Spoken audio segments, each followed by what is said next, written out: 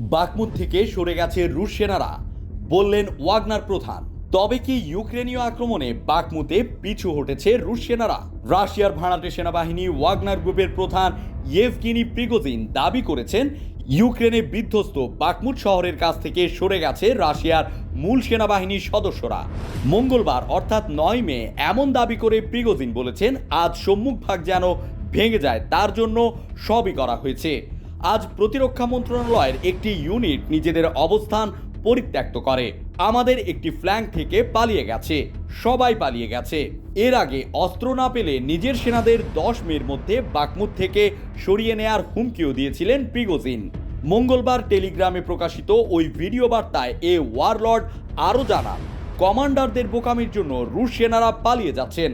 তিনি বলেছেন, কমান্ডারদের বোকামির জন্য কোনো সেনার মরা উচিত নয়। কমান্ডারদের কাছ থেকে তারা যে নির্দেশ পায় এটি পুরোপুরি বেআইনি। প্রিগোজিনের এমন মন্তব্যের পর মঙ্গলবার দিনের শেষ দিকে একটি বিবৃতি দেয় রাশিয়ার প্রতিরক্ষা মন্ত্রণালয়।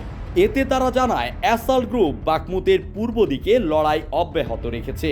ওয়াগনারকেই মূলত অ্যাসাল্ট গ্রুপ হিসেবে অবহিত করে থাকে মন্ত্রণালয়। প্রতিরক্ষা মন্ত্রণালয়ের পক্ষ থেকে আরও জানানো হয়, প্যারাট্রুপাররা ওয়াগনারকে সহায়তা করছে, কিন্তু বাকমুত থেকে নিজ সেনাদের সরিয়ে নেয়ার ব্যাপারে কিছু বলেনি তারা। ইউক্রেনের ডনবাস প্রদেশের বাকমুতে 10 মাসেরও বেশি সময় ধরে লড়াই চলছে। এ লড়াইয়ে দুই পক্ষেরই হাজার হাজার সেনা নিহত হয়েছেন। কয়েকদিন আগে প্রিগোজিন জানান, পর্যাপ্ত অস্ত্র না পেলে নিজ সেনাদের নিয়ে সরে যাবেন তিনি।